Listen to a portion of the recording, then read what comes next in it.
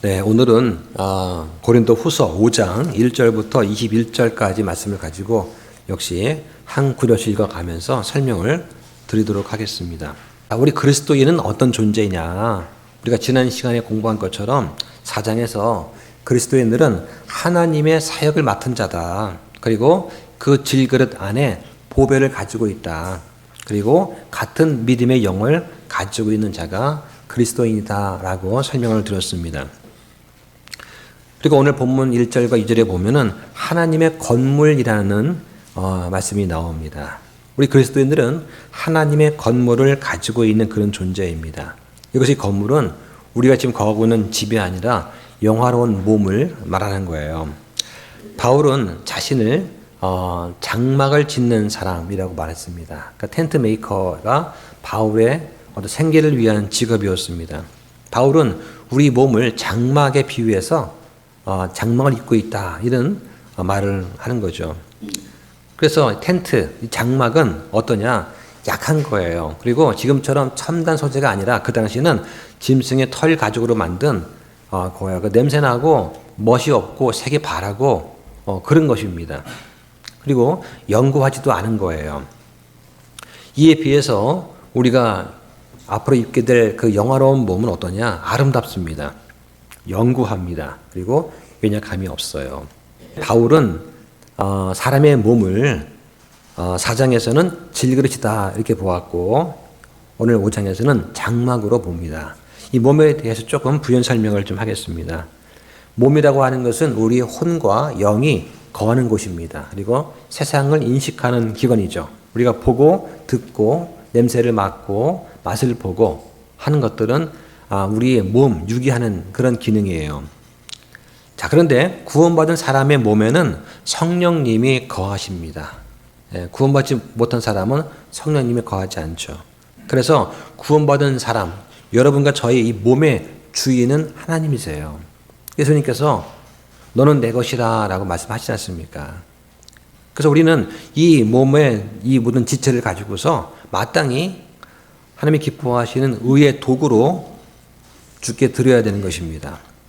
이게 무슨 말이냐? 무엇이든지 참되고 무엇이든지 정직하고 무엇이든지 공정하고 순수하고 사랑스럽고 좋은 평판에 속한 것들 이런 것들을 생각하고 말하고 행동하는 거 이게 우리 몸을 가지고 주님께 드리는 것이다 이런 생각이 듭니다. 그래서 신약 성도들은 그리스도의 몸 신부라고 불리죠. 우리 몸은 그리스도를 영접을 하고 성령님께서 우리 안에 들어오실 때 그리고 성령 침례를 통해서 그때 이루어지는 것입니다. 이걸 통해야지만 신자끼리 하나가 될 수 있어요. 연합할 수가 있습니다. 그리고 그리스도와도 연합할 수가 있는 것이죠. 그러니까 우리 안에 같은 그리스도의 영이 없으면 그러면 섞일 수가 없는 거예요. 하나가 될 수가 없는 것입니다. 사도 바울은 본성에 속한 몸이 있다. 그리고 영에 속한 몸이 있다. 이렇게 말을 또 합니다. 영에 속한 몸은 어떤 몸이냐? 이것은 영화로운 몸인데 더 이상 죄나 죽음이나 자연의 법칙에 저촉되지 않는 그런 몸이다. 라고 하는 것이죠. 그래서 영화로운 몸은 어떤 모습이냐 하는 것을 설명한 구절을 한번 보겠습니다. 자, 요한 1서 3장 2절 한번 보시죠. 사랑하는 자들아, 이제 우리는 하나님의 아들들이니라.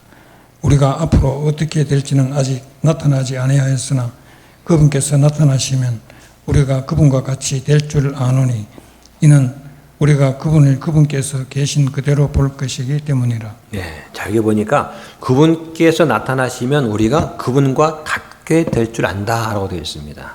자, 이것은 주님의 외적인 모습을 말한다기보다는 그리스도의 본성, 성품을 말하는 것이라고 볼 수 있어요. 그러니까 우리가 그리스도의 성품에 참여하게 되는 것이죠. 앞으로 어떻게 될지, 즉 우리의 외형, 형상은 아직 나타나지 않았습니다. 그죠? 근데 그분과 같게 되는 것, 이것은 성품, 내면과 관련이 있는 그런 말이에요.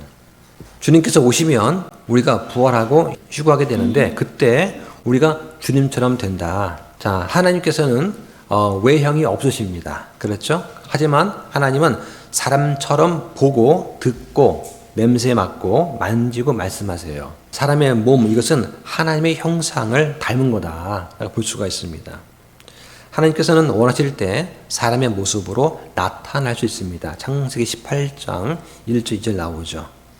사람의 몸은 하나님께서 자신을 나타내시기에 가장 적합한 모습으로 만들어진 거예요. 창세전에 하나님께서 자기 아들을 위해서 한 몸을 예비하셨습니다. 그죠? 그래서 빌립보서 2장 7절에 스스로 무명한 자가 돼서 자기 위에 종의 형체를 취하시고 사람들의 모습이 되셨느니라고 말씀을 하시는 거예요. 이런 면에서 볼 때 사람은 영적으로 육체적으로 하나님의 아들의 형상과 모습으로 만들어졌다, 이렇게 말할 수가 있습니다. 자, 그럼 1절부터 보겠습니다. 만일 땅에 있는 우리의 이 장막집이 해체되면 하나님의 건물 곧 손으로 지은 집이 아니요 하늘들에 있는 영원한 집이 우리에게 있는 줄 우리가 아느니라. 자, 장막집은 우리가 거하고 있는 것, 즉 우리의 몸을 의미하는 것입니다. 우리는 지금 장막 안에 거하고 있습니다. 우리가 살고 있는 집인 이 몸, 이것은 언젠가는 죽게 되는 것이죠. 자, 만약 제가 오늘 죽게 된다면 어떤 일이 일어날까? 그죠? 예. 저희 몸은 아직 구속받지 못했기 때문에 저희 몸은 땅 속에 아마 묻히게 될 겁니다.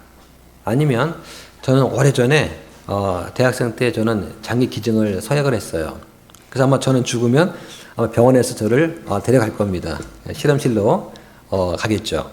하지만 저희 혼은 구원받았기 때문에 저는 몸을 떠나서 곧장 주님과 함께 있게 됩니다. 자, 그런데 제가 오늘 죽었습니다. 그런데 내일 휴가가 일어난다 하면 그럼 어떻게 될까? 저희 몸은 즉시 부활할 것입니다. 그렇죠? 그러면 제 몸에 있는 부분들을, 각 요소를 하나님께서 다 모아주셔서 제 형체를 알아볼 수 있는 형체를 만들어 주실 거예요. 물론 지금의 이 몸과 부활한 후의 몸은 다를 것입니다. 형체는 같지만 구조 성분은 다르겠죠. 그리고 주님과 함께 있는 저희 혼과 공중에서 만나게 될 것입니다. 여러분도 마찬가지입니다. 자, 그리고 예수 그리스도의 피로 씻긴 모든 사람들, 즉 예수 그리스도를 믿고 구원받은 모든 사람들 역시 부활하거나 또 휴거를 하게 되는 것입니다. 그리고 주님과 공중에서 만나게 되는 것이죠. 그리고 7년간 혼인잔치에 참여하게 됩니다. 그리고 이 땅에서는 7년간 환난기가 있게 되는 것이죠. 자, 그 다음 2절과 3절 보겠습니다. 이 장막 안에서 우리가 신음하며 하늘로부터 오는 우리의 집으로 옷 입기를 간절히 원하노니 우리가 옷 입고 있으면 벌거벗은 채 드러나지 아니하리라. 네, 자, 여기 뭐 어려운 구절은 별로 없는 것 같습니다. 여기 보니까 장막 안에서 신음한다. 여러분 지금 신음하십니까? 하루 살면서 뭐 이렇게 신문이나 매스컴을 통해 보면 벌어진 여러 가지 일들, 세상의 일들 보면서 안타깝고 정말 부끄러운 일이 많이 벌어집니다. 마음으로는 하나님 보시기에 합당한 일, 거룩한 그런 말과 행동만 하고 싶은데 사람들은 어떻습니까? 육신을 입고 있지 않습니까? 그래서 육신의 소욕 때문에 그렇게 하지 못하고 있어요. 그래서 바울도 뭐라고 했습니까? 나는 비참한 사람이로다. 이 사망에 보면서 누가 나를 건져낼 것인가? 이렇게 탄식을 했어요. 자, 그 다음에 또 건강한 사람들은 뭐 모르겠지만 몸이 불편하거나 질병으로 고생하는 분들이 많이 있을 거예요. 그분은 어떻게 보통 말하십니까? 항상 빨리 육체를 좀 벗어버리고 하늘로부터 오는 정말 아름답고 멋진 새 옷으로 입고 싶다. 그런 말들도 하지 않습니까? 그래서 이 신앙, 믿음이라고 하는 것은 아주 실질적인 거예요. 나이가 들고 육체가 약해지고 병에 들수록 사람들은 하늘로부터 오는 그런 새로운 옷을 입기를 갈망하게 됩니다. 이건 당연한 겁니다. 자, 그런데 3절 보니까 우리가 옷 입고 있으면 지금 옷 입고 있잖아요. 여기서 말하는 옷은 어떤 옷이냐? 2절에서 하늘로부터 오는 그런 옷을 말하는 거예요. 네. 그래서 하늘로부터 오는 우리의 집으로 옷 입고 있으면, 즉 이 장막을 벗어버리고 새로운 몸을 입게 되면 이런 뜻입니다. 영원한 생명을 누리지 못하게 막았던 그런 모든 것들이 다 사라지게 되는 것이죠. 왜냐하면 앞으로 우리가 입게 될 그 몸은 어떤 몸이냐? 죄한테 영향을 받지 않는 몸이다 라고 하는 거예요. 자, 그 다음 4절 보겠습니다. 는 우리가 짐을 진 채 신음하는 것은 우리가 벗으려 함이 아니요 입으려 함이니 이것은 죽을 것이 생명에게 삼켜지게 하려 함이라. 네, 자, 일단 기억하셔야 할 것은 우리의 정체성, 존재는 이 몸이 아닙니다. 우리의 혼에 있어요. 그래서 자, 우리가 옆에 있는 분을 바라볼 때 어떻게 됩니까? 겉모습만 바라보지 말고 속사람을 바라봐야 된다라고 말씀을 드린 적이 있습니다. 우리의 정체성은 몸에 있는 것이 아니라 혼에 있는 거예요. 이 몸은 이 세상을 살아가는 데 필요한 임시 거처입니다. 그래서 우리는 누구냐? 나는 이 몸이 아니라 이 몸 안에 살고 있는 혼이 나예요. 예, 그걸 기억하셔야 됩니다. 예. 하나님도 여러분 볼 때 여러분의 혼을 사랑하시고 혼을 구원하시는 겁니다. 여러분의 몸을 사랑하고 몸을 구원하지 않아요. 예, 혼이 중요한 거예요. 그래서 우리가 서로 바라볼 때 어떻게 합니까? 예, 우리는 겉에 장막을 보고 인식을 하지 않습니까? 그죠? 예, 그럼 이렇게 말을 하죠. 어이, 형제님, 큰 평수 사시네요. 예, 아유, 자매님은 집을 참 예쁘게 꾸미십니다. 예, 유지비가 좀 많이 드시겠어요. 예, 어떤 분은 평수가 좀 작은 분도 계시고 큰 평수에 좀 살고 있는 분도 계신 거예요. 자, 하나님께서는 죽지 않고 영원히 사시는 분이십니다. 그렇죠? 우리의 혼도 죽지 않고 영원히 삽니다. 다만 영원히 사는 곳이 하늘 왕국이냐 지옥이냐 이것의 문제일 뿐이죠. 자, 그러면 여기 보니까 벗고자 함이 아니라 입고자 함이라. 바울은 사실은 생전에 엘리야처럼 에녹처럼 휴거를 할 줄로 알고 그렇게 소망을 했어요. 그래서 옷을 벗는다는 말은 죽는 것을 말하는 것입니다. 죽으면 육체의 고통과 어떤 육신의 소욕에서 벗어날 수 있기 때문이죠. 자, 옷을 입는 것은 무엇입니까? 부활과 휴거의 소망을 말하는 거예요. 그런데 왜 장막 안에 있는 우리가 짐을 진 채 신음할까 하는 것입니다. 지금 누가 짐을 지고 있습니까? 장막 안에 거하는 모든 사람들이 지금 짐을 진 채 신음하고 있어요. 예, 사람마다 정도의 차이는 있습니다만 모든 사람들은 각자 자기의 짐을 진 채 신음하고 있습니다. 그럼 왜 하나님께서 모든 사람들이 자기 짐을 진 채 신음하게 만드셨을까? 자, 이것에 대해서는 서로가 서로를 섬길 수 있는 기회를 주시기 위함이다. 이렇게 말씀드릴 수가 있어요. 아니, 내 짐도 무거운데 남의 짐을 지라고요? 그거 어떻게 집니까? 하지만 하나님께서는 갈라디아서 6장 2절에 너희는 서로 남의 짐을 지라고 합니다. 그래서 그리스도의 법을 성취하라고 하는 거예요. 그리스도의 법, 즉 서로 넘치게 사랑하는 그런 법을 성취하라고 말씀해 주시는 거예요. 그래서 우리는 서로 자기 짐을 지고서 신음하고 있는 것입니다. 이 짐을 옆에 있는 형제 자매가 보고 그 짐을 내 짐처럼 좀 나눠지는 거예요. 이게 그리스도의 형제 자매 사랑인 것이죠. 자, 그 다음 5절 보겠습니다. 그런데 바로 그 일을 위해 우리를 다듬으시고 또한 우리에게 성령을 보증으로 주신 분은 하나님이시니라. 자, 바로 그 일을 위해, 그 일이 무엇인가요? 앞에 4절에서 성도의 육체적 죽음을 부활의 몸으로 썩지 않은 영화로운 몸으로 바꾸시는 그 일을 위해서 우리를 다듬으시다. 다듬는다는 말은 조성한다는 뜻입니다. 만드시는 거예요. 그리고 그 일을 보증하기 위해서 하나님께서 성령님을 보증으로, 보증이라는 말은 보증금이죠. 담보입니다. 예, 보증금으로 주신 거예요. 그 결과 우리가 부활을 확신할 수가 있는 것입니다. 성령이 말씀하시는 구원은 죄로부터의 구원을 말하는 거예요. 자, 그러면 구원의 목적이 뭘까요? 구원의 목적은 여러분들이 하늘 왕국에 가는 것인가요? 그렇지 않습니다. 구원의 목적은 일체적으로 다시는 죄를 짓지 않게 하는 거예요.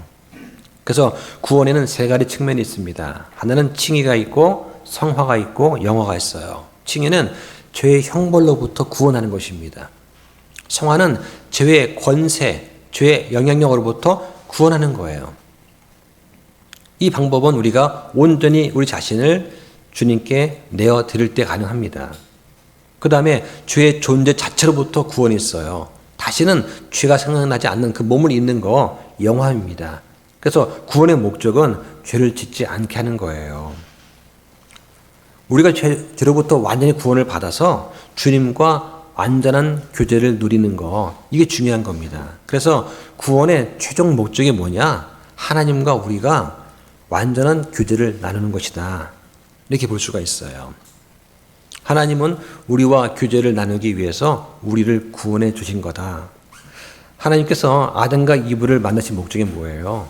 아담과 이브와 교제하기 위해서 창조하신 거예요, 사람을.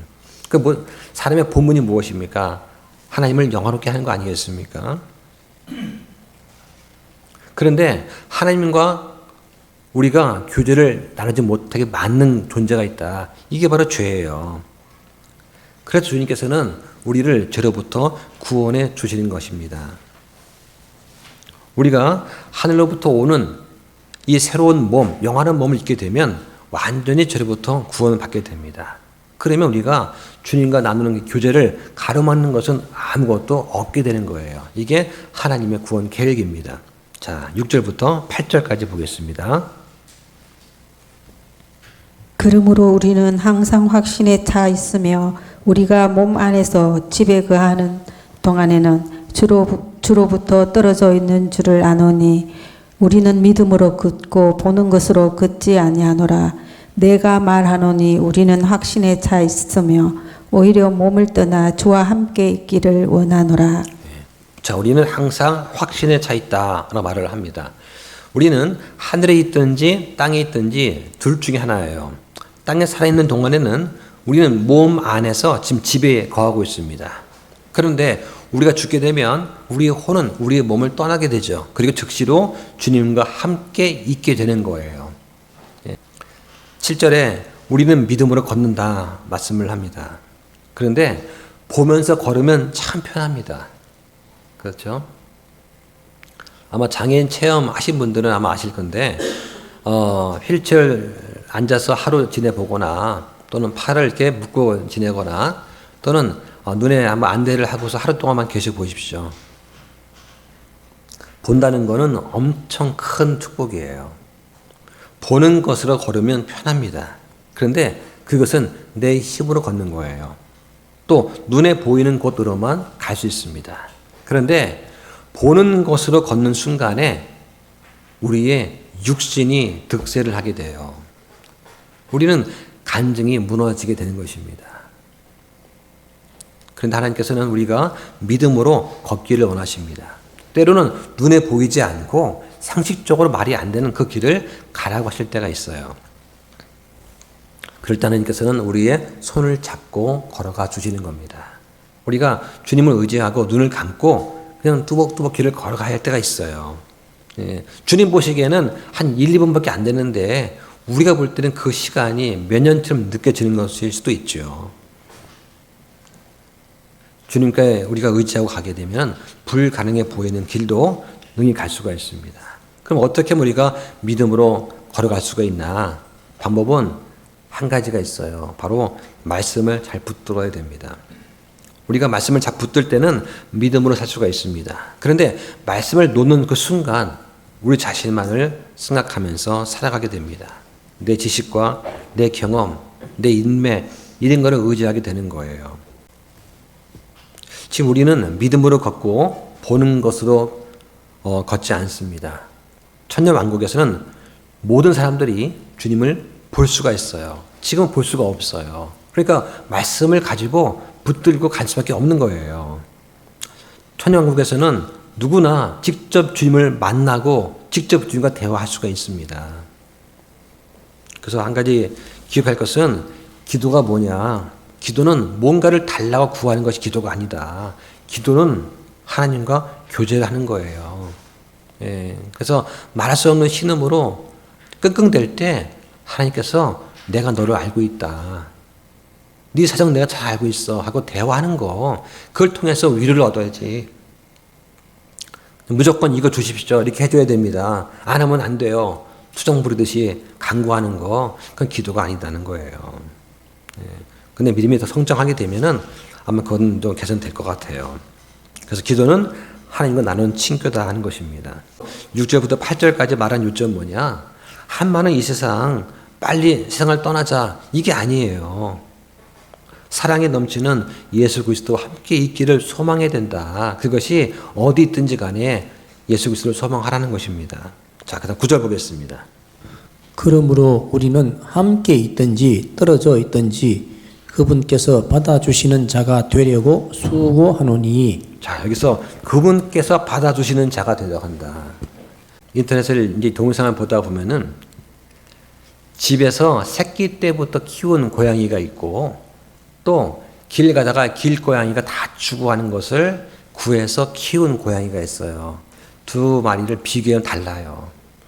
집에서 키운 고양이는요, 주인이 이렇게 먹이 주고 키워주는 걸 당연시해요. 그런데 길고양이들은 길에서 죽을 고생을 다 하고 구출받은 고양이는요, 주인을 다르게 대해요. 짐승도 그걸 알더라고요. 하나님께서 우리를 받아주시는 자가 되려고 수고한다. 하나님께서 우리를 자녀 삼아 주신 거 당연시하면 안 된다는 거예요. 받아주지 않으셨으면 그 멸망할 수밖에 없는 그러한 아주 미천한 존재들을 불쌍히 해주셨다. 사랑해 주셨다. 그래서 우리를 받아주셨다는 거예요. 이걸 생각하면은 우리가 애쓰면서 수고하고 그리스도의 명예, 그리스도를 높이기 위해서 수고하는 거, 그거 당연한 거예요. 그런데 오히려 주님으로부터 섬김 받는 거, 다른 성도의 섬김 받는 거, 이거 당연한 거지. 그러면 안 된다. 그래서 갈라디아서 1장 10절에 보면 내가 아직도 사람들을 기쁘게 한다면 결코 그리스도의 종이 아니라, 이런 말을 또 바울은 고백을 하는 거예요.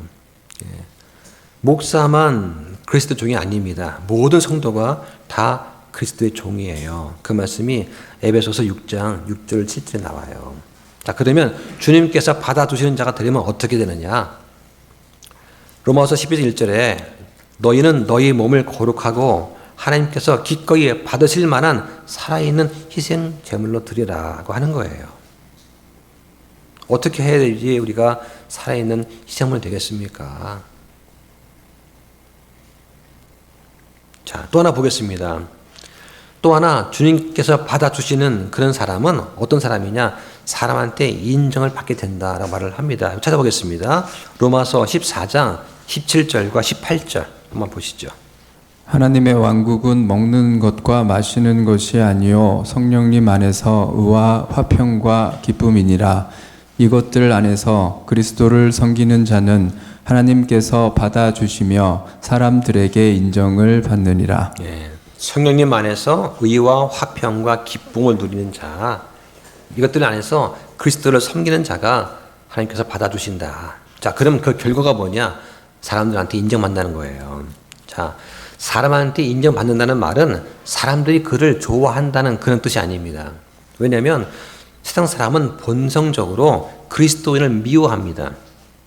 그러니까 하나님한테 인정받으면서도 세상 사람들로부터 인정받는다면 정말 아주 훌륭한 사람일 거예요. 그러나 보통은 내가 그리스도인입니다 라고 밝히고 말씀대로 살아가는 모습을 보이는 그 순간부터 사람들은 미워합니다. 왜냐하면 예수 믿지 않는 그 사람들 속에 있는 그 영은 불순종하는 영이기 때문에 그렇습니다. 그 영은 성령님을 모시고 있는 우리들을 질투하고 시기하는 사람들이에요.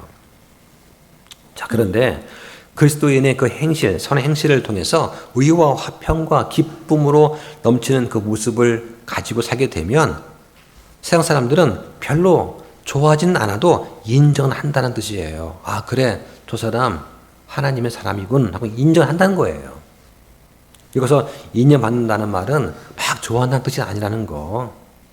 내키지는 않지만 저 사람의 말과 행위 봤을 때 그래, 그리스도인답군 라고 인정한다는 것입니다. 이게 참 중요한 것 같아요. 자, 10절 보겠습니다. 이는 우리가 반드시 다 그리스도의 심판석 앞에 나타날 것이기 때문이라. 이로써 각 사람이 좋은 것이든 나쁜 것이든 자기가 행한 것에 따라 자기 몸 안에서 이루어진 것들을 받으리라. 네. 자, 그리스도의 심판석. 예. 이 심판석 얘기는 우리 독립침례교회는 자주 합니다. 근데 아마 개신교에서는 거의 얘기를 안 할 거예요. 자, 우리는 누구입니까? 구원받은 사람들이에요. 구원받은 우리는 반드시 그리스도의 심판석 앞에 나타난다고 성경이 말씀을 합니다. 어떤 사람들은 보상을 받을 것입니다. 어떤 사람들은 보상의 손실을 입을 거예요. 하지만 누구나 믿는 사람들은 구원을 받게 되는 것입니다. 우리가 그리스도 안에 거하고, 다시 말하면 건전한 교리의 그 믿음 안에 계속 거한다면 우리는 주님께서 오실 때 부끄럽지 않게 될 것입니다. 그런데 믿음 안에 계속 거하지 않는다면, 즉 바른 교리 안에 거하지 않게 되면 그리스도께서 오실 때 부끄러움을 당할 거예요. 그리고 보상을 잃어버릴 것입니다. 중요한 것은 보상에 대한 것이지 구원을 잃는 것이 아니라는 것을 기억하시기 바랍니다. 그럼 가장 큰 보상이 무엇일까요? 가장 큰 보상은 주님 자신이 보상이에요. 주님께서 자신을 우리한테 주시는 거예요. 남편한테는 가장 큰 보상이 무엇일까요? 아내일 것입니다.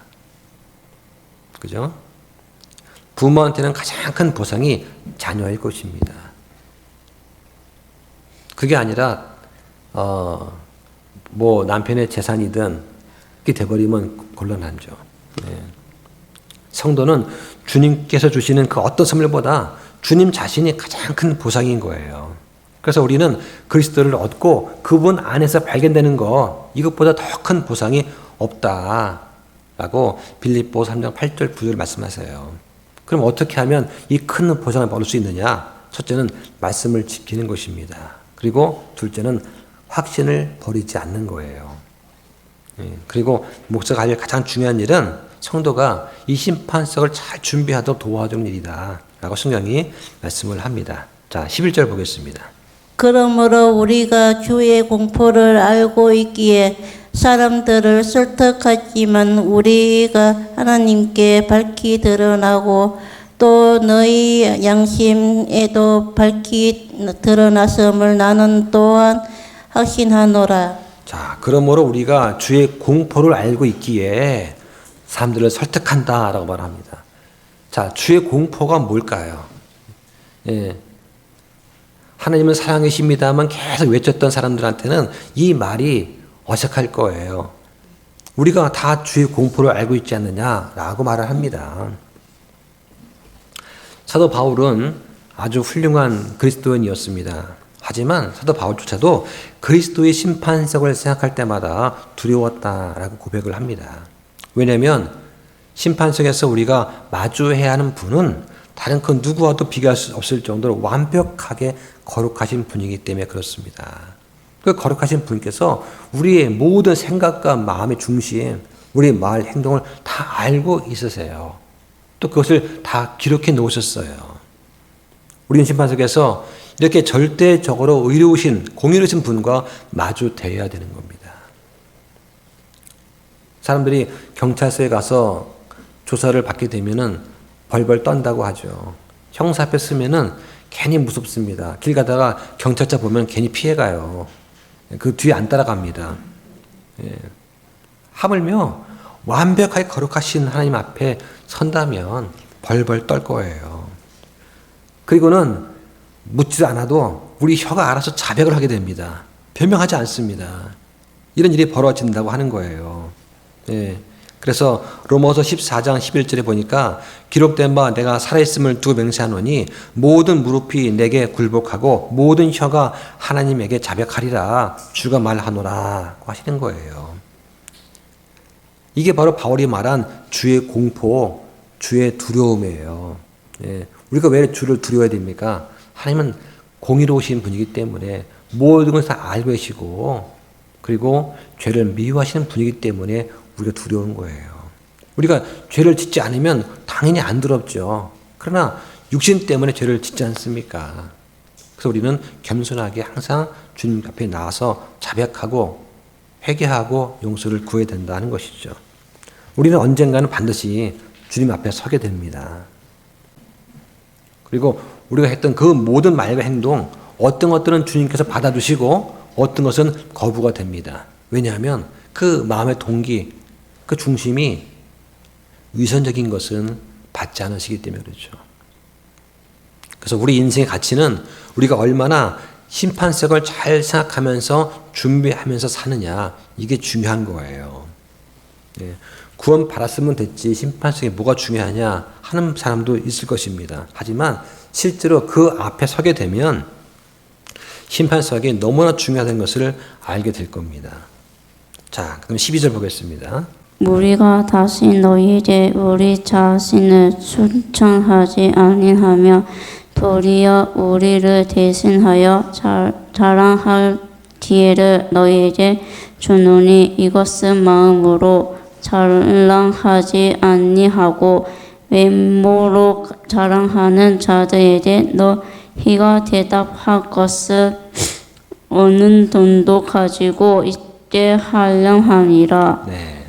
자, 지금 바울이 말하고 있는 것은 바울 일행은 지금 사람의 칭찬에 연연해 하지 않는다라고 말을 하는 거예요. 이게 지금 고린도후서 3장 1절 말씀과 이어지는 내용입니다. 단순히 교회에 다니는 것하고 그리스도인의 삶을 사는 것은 차이가 있습니다. 그래서 교회를 어렵게 만드는 사람들은 대부분은 누구냐? 교회 밖의 사람들이 아니에요. 교회 안에 있는 사람들입니다. 그 교회 안에는 바른 교리를 믿고 바른 생명을 쓰는 사람도 있지만 잘못 행하는 그런 사람도 있는 거예요. 그리고 그리스도인들 가운데는 세상도 잘 하지 않는 그런 일을 저지르는 그런 사람도 있습니다. 그러니까 세상은 우리한테 도덕적으로 더 높은 기준을 요구하는 것이죠. 왜냐? 우리가 하나님의 자녀라고 말하기 때문에 그렇습니다.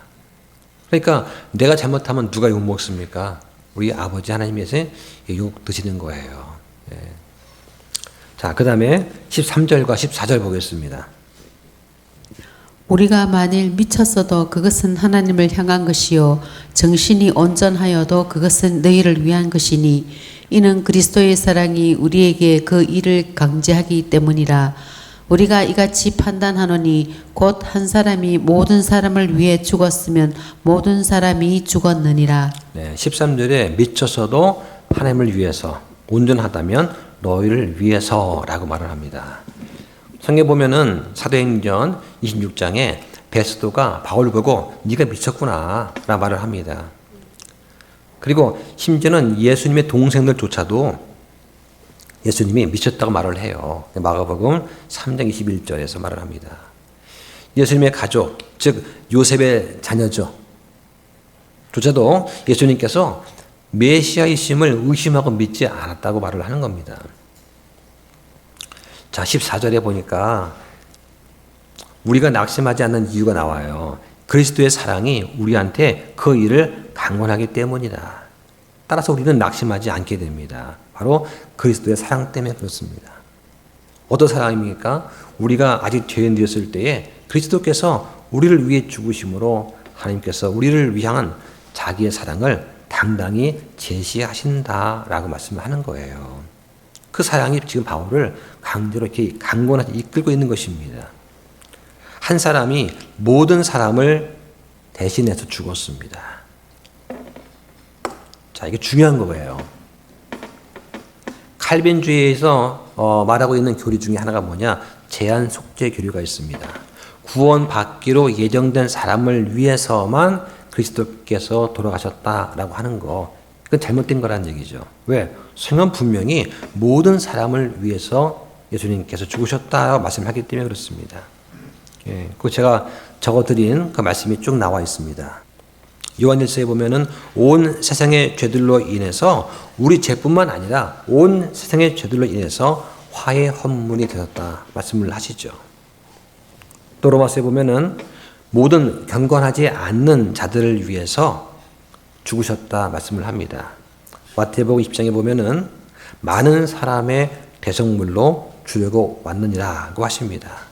요한복음 11장에 보면은 이스라엘을 위해, 그 민족을 위해 죽으실 것을 대언하셨다 말씀을 합니다. 그리고 교회를 위해서, 그리고 무엇보다 나를 위해서 죽으셨어요. 이거 하나만 찾아보겠습니다. 갈라디아서 2장 20절 한번 읽어주시죠. 내가 그리스도와 함께 십자가에 못 박혀 있으나 그럼에도 불구하고 사노라. 그러나 내가 아니요 그리스도께서 내 안에 사시느니라. 나는 지금 내가 육체 안에서 사는 삶을 나를 사랑하사 나를 위해 자신을 주신 하나님의 아들의 믿음으로 사노라. 네, 자, 예수님께서는 모든 사람, 세상의 모든 죄를 위해서 돌아가신 겁니다. 특정한 사람들, 구원받기로 예정된 사람만을 위해서 죽으신 것이 아니에요. 그리고 무엇보다도 나를 위해서 자신을 주신 거예요. 우리가 살아가는 것은 나를 위해 자신을 주신 하나님의 아들의 믿음, 그 예수 그리스도의 믿음으로 산다는 거, 이거를 잘 기억하시면 좋겠습니다. 자, 바울은 그분께서 모든 사람을 위해 죽으신 것을 말씀하면서 전가의 교리를 말씀하세요. 전가라고 합니다. 전가는 잘못이나 책임을 다른 사람한테 떠넘기는 것을 전가라고 하죠. 책임 전가처럼요. 예수님께서는 자기의 의를 우리한테 전가하셨습니다. 그리고 우리의 모든 죄를 예수님한테로 또 전가하셨어요. 이 일이 십자가에서 단번에 일어난 거예요. 자, 그러면 하나님께서 한 사람의 불순종으로, 즉 아담의 범죄로 모든 인류를 정죄한다는 거, 이게 과연 옳으냐, 이렇게 주장하는 사람도 있을 거예요.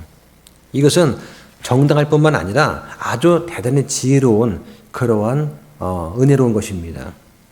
한 사람 아담을 통해서 모든 인류를 정죄한 거, 다시 말하면 한 사람 예수 그리스도를 통해서 모든 인류를 구원할 수 있다는 그 원리가 되는 거예요.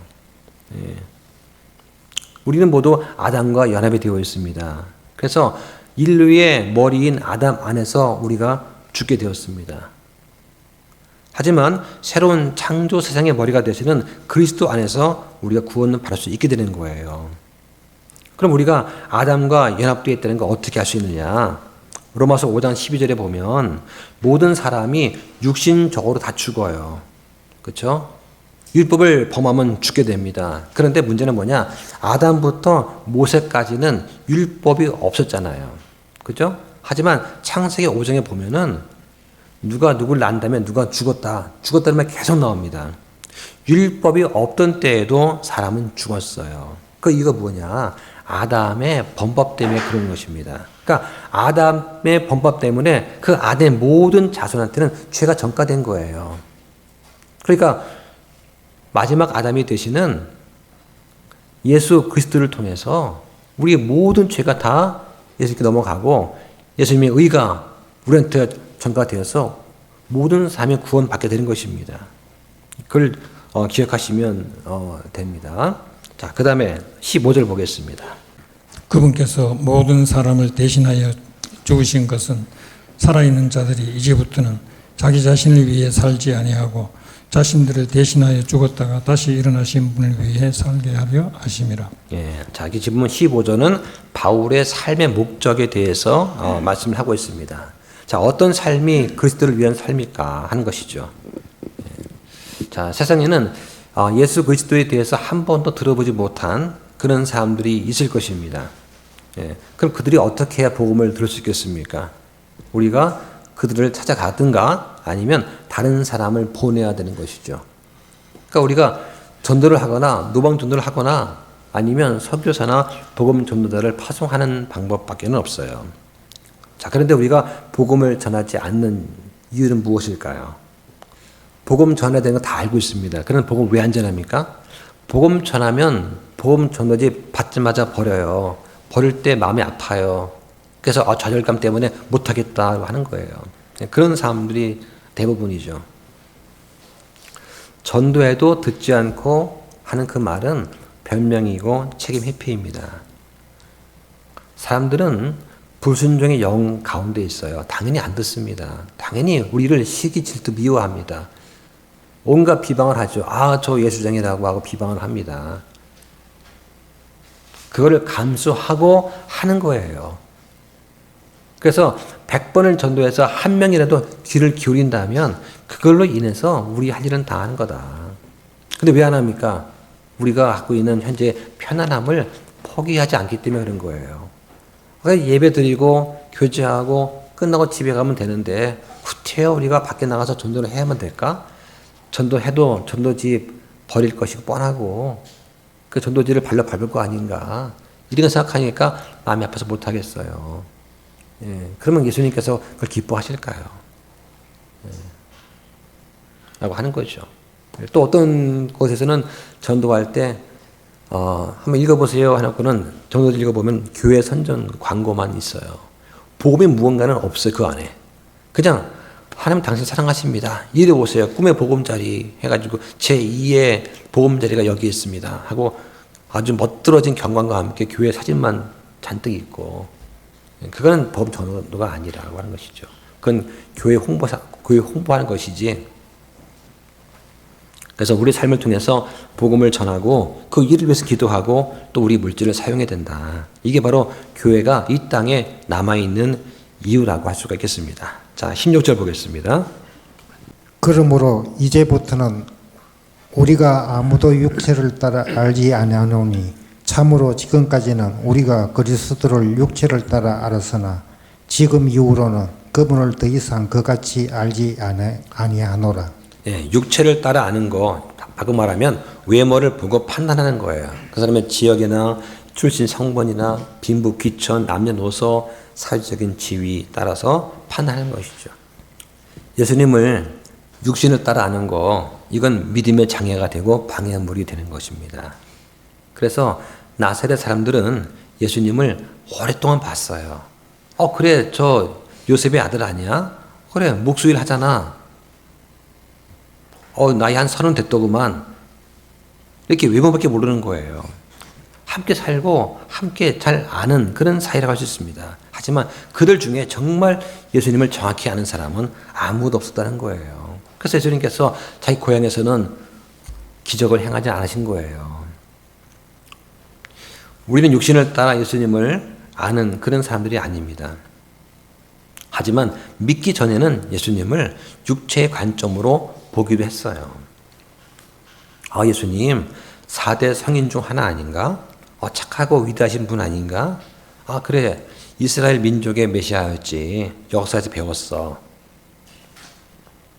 이 정도밖에 모르는 거죠. 정말 참 하나님, 참 사람인 것은 우리는 몰랐다는 거예요. 예. 왜냐하면 그리스도께서 태어나신 그 말구유 하시던 그 목수의 일, 그건 다 비천하거든요. 십자가에서 죽으신 거, 그 당시 가장 모욕적이고 가장 큰 중대한 죄인한테 내린 형벌 아닙니까? 이렇게 보는 것이죠. 그러나 이제는 우리가 어떻습니까? 구원받은 다음에는 그런 관점으로 보지 않습니다. 예수님께서는 그리스도시고 살아계신 하나님의 아들이시다. 우리의 유일한 구원자가 되신다라고 하는 것이죠. 이게 바로 구원받은 사람과 받지 못한 사람의 관점의 차이예요. 자, 그 다음 17절 보겠습니다. 그러므로 누구든지 그리스도 안에 있으면 그는 새로운 창조물이라 옛것들은 지나갔으니 보라 모든 것이 새롭게 되었도다. 자, 하나님께서 우리를 아들로 받아들여 주셨습니다. 그죠? 자, 어떻게 해서 그게 가능할까요? 우리가 예수 그리스도를 구원자로 받아들인 그 순간 성령님께서 우리 안에 들어오셔서 우리를 새로운 창조물로 바꿔 주십니다. 다시 말하면 우리가 가지고 있던 과거의 모든 전과 기록이 다 사라져버린 겁니다. 구원받는 순간 우리는 완전히 새로운 사람이 된 거예요.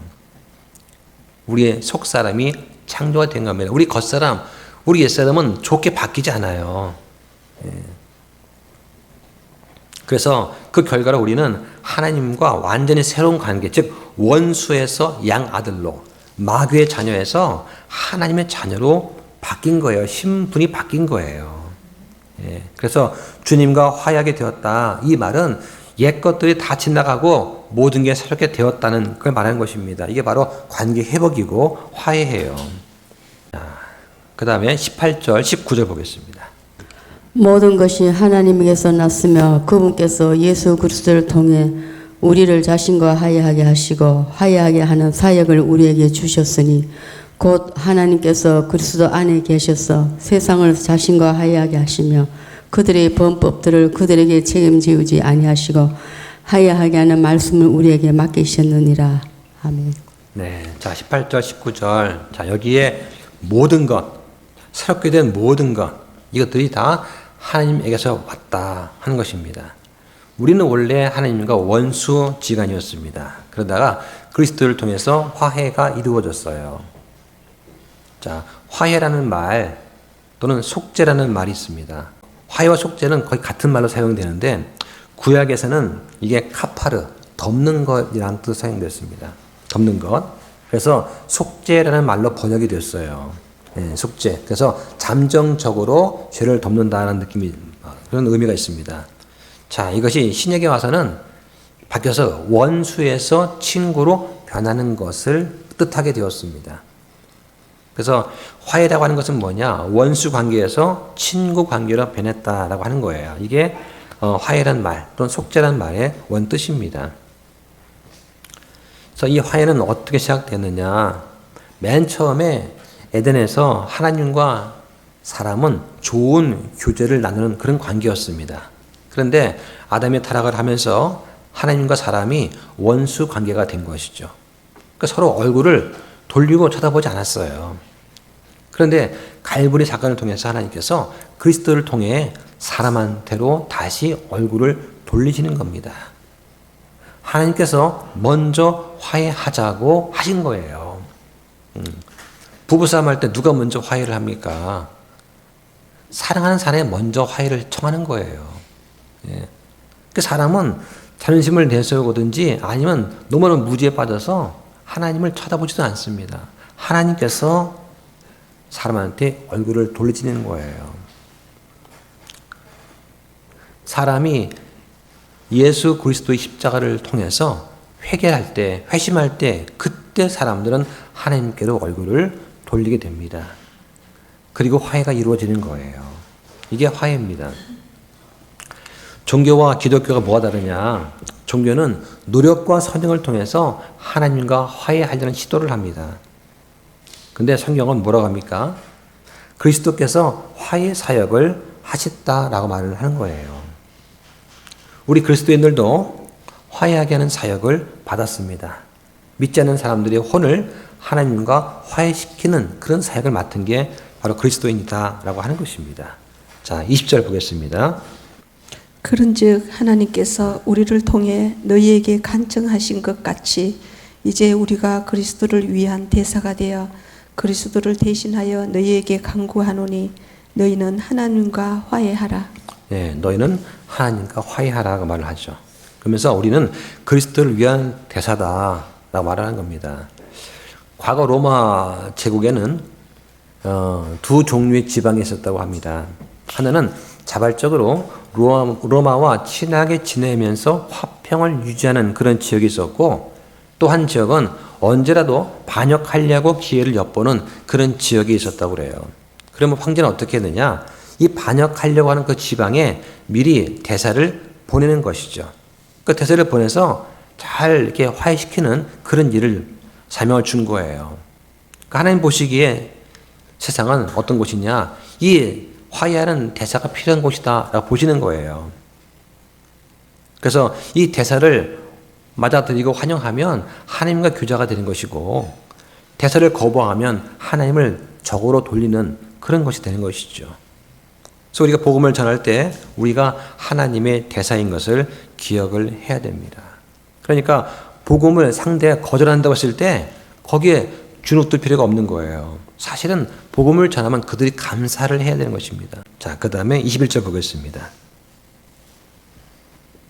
하나님께서 죄를 알지 못한 그분을 우리를 위해 죄가 되게 하신 것은 우리가 그분 안에서 하나님의 의가 되게 하려 하심이라. 네, 이 구절이 전가의 개념을 설명하는 그런 구절입니다. 그러니까 화해라고 하는 것은 전가에 근거하는 거예요. 그러니까 그리스도의 죽음으로 하나님의 거룩한 요구가 만족된 거예요. 그래서 화해가 가능한 것입니다. 그러니까 십자가 사역은 뭐냐? 하나님의 거룩함을 만족시키면서 하나님의 사랑을 확증시켜주는 그러한 일입니다. 그러니까 초림 때 십자가에서 하나님은 전쟁이 아니라 화평을 선포하셨습니다. 하지만 재림 때는 다르죠. 재림 때는 전쟁을 선포하실 거다라고 하는 내용이 히브리서 9장에 나옵니다. 자, 오늘 여기까지 하겠습니다. 기도하겠습니다.